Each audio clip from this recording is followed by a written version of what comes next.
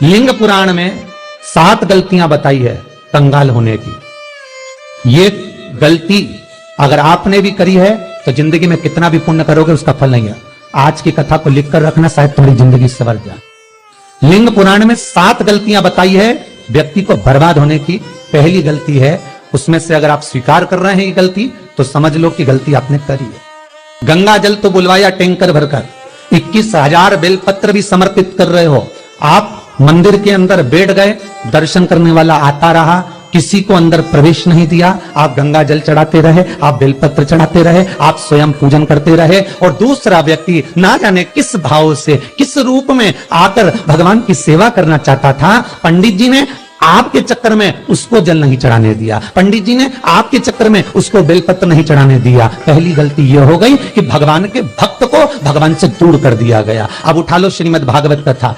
2 देवताओं ने गलती करी थी। एक ब्रह्मा जी ने गलती करी थी कि गाय बछड़ों का हरण कर लिया था। 1 वर्ष होने में 1 दिन था तब ब्रह्मा जी ने गाय बछड़े वापस दिए थे। दूसरी गलती इंद्र ने करी थी, जल वृष्टि करी तब भगवान कृष्ण को गोवर्धन पर्वत उठाना पड़ा। दोनों देवताओं ने गलती करी पर भगवान कृष्ण ने इंद्र को क्षमा कर दिया पर ब्रह्मा को क्षमा नहीं करा। क्यों नहीं करा? क्योंकि इंद्र को क्षमा इसलिए करा क्योंकि इंद्र ने जब जल वृष्टि करी तो सारे ब्रजवासियों को भगवान के चरणों में लाकर छोड़ दिया। सारे ब्रजवासी गोवर्धन पर्वत के नीचे आकर बैठ गए, भगवान के चरणों में आ गए। और ब्रह्मा ने जो गलती करी वो ऐसी गलती करी कि भगवान से गाय और बछड़ों को दूर कर दिया। जो भगवान से भगत को दूर कर दे उसको शंकर कभी क्षमा नहीं कर सकता। इसलिए बर्बादी का पहला कारण आप भक्त और भगवान में दूरी बना दी।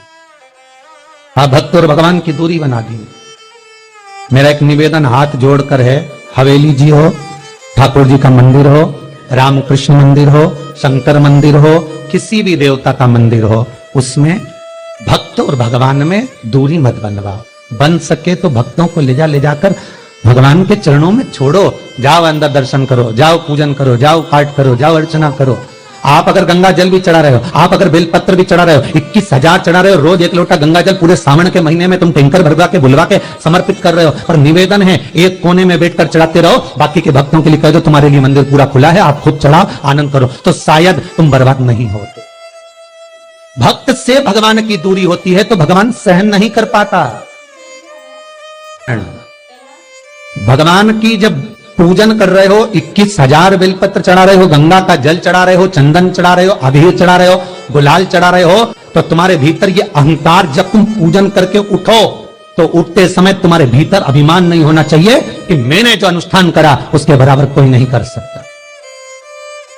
वो अभी लंका अधिपति रावण की सोने की लंका हनुमान नहीं जला सकते थे। संहिता उठाई है और रावण संहिता को उठाकर पड़ी है। हनुमान जी सोने की लंका नहीं जला सकते थे।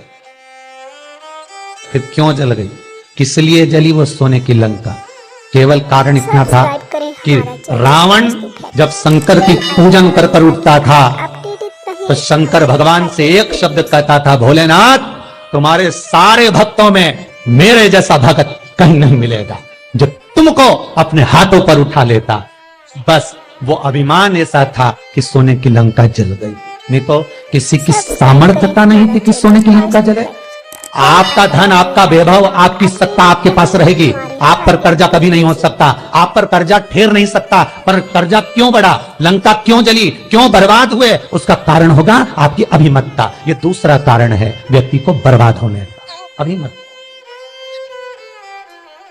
तीसरा कारण कहा सब्सक्राइब करें हमारा चैनल कि भगवान की सेवा तो आप कर रहे हो, ताकि आप भगवान की चाकरी में तो आप लगे हो, हर एक वीडियो से भगवान की आराधना भी कर रहे हो, दिया भी लगा रहे हो, धूप बत्ती भी लगा रहे हो, स्नान भी करा रहे हो,